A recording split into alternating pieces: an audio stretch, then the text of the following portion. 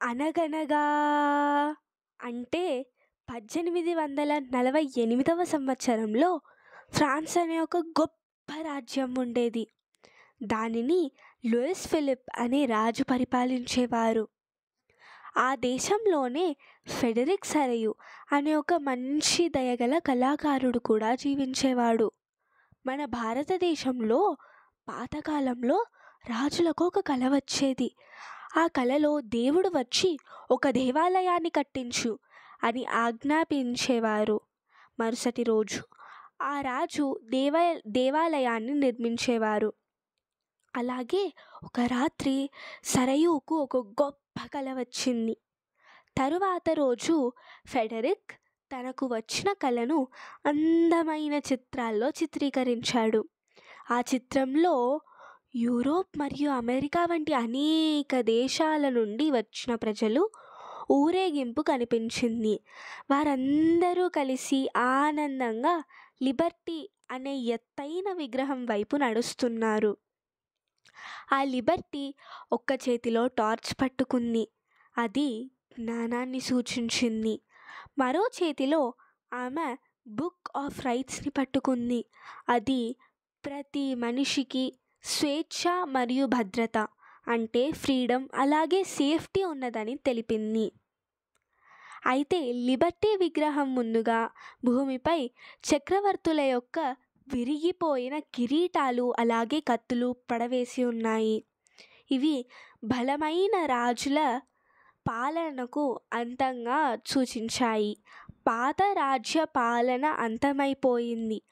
ప్రజలు ఇప్పుడు ఫ్రీడమ్ అంటే స్వేచ్ఛ కోసం ఆశపడుతున్నారు.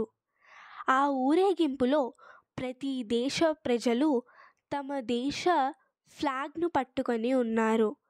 ముందుగా అమెరికా మరియు స్విట్జర్లాండ్ ప్రజలు నడుస్తున్నారు.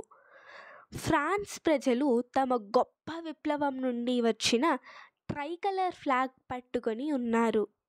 జర్మనీ అప్పట్లో ఒక దేశంగా లేకపోయినా వారంతా ఏకమత్యంతో బ్లాక్, రెడ్ మరియు గోల్డ్ ఫ్లాగ్తో నడుస్తున్నారు. వారు ఒక్కరోజు ఏకం కావాలని ఆశిస్తున్నారు. అనేక మంది వారి వెంట నడిచారు. Austria, Sicily, Lombard, Poland, Britain, Ireland, Hungary మరియు రష్యా నుండి కూడా వచ్చారు.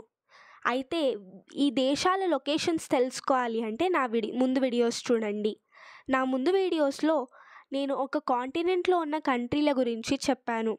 మీరు వాటి గురించి తెలుసుకోవడమే కాదు, వాటిని ఆ వీడియో చూశాక గుర్తు కూడా పెట్టుకుంటారు. ఎలా అనుకుంటున్నారా? ఒక కాంటినెంట్లో ఉన్న దేశాలన్నిటినీ గుర్తుపెట్టుకోవడానికి ఒక చిన్న కథ చెప్పాను.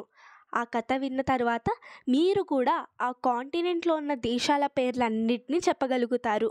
ఇలా ప్రతి ఒక్క కాంటినెంట్కి చేశాను. ఆ వీడియోస్ చూడాలి అంటే కింద ప్లేలిస్ట్ ఉంది, క్లిక్ చేయండి. ఇది చూసి ఆకాశంలోని క్రీస్తులు, ఏంజెళ్ళు మరియు ఋషులు చిరునవ్వుతో చూస్తున్నారు. వారు భిన్న భిన్న దేశాల ప్రజలు అన్నదమ్ముల్లా కలిసున్నారని సూచించారు. దీనిని ఫ్రెటర్నిటీ అని అంటారు. ఇలా సరయు యొక్క కల్పన అంటే కళ నిజమయ్యింది.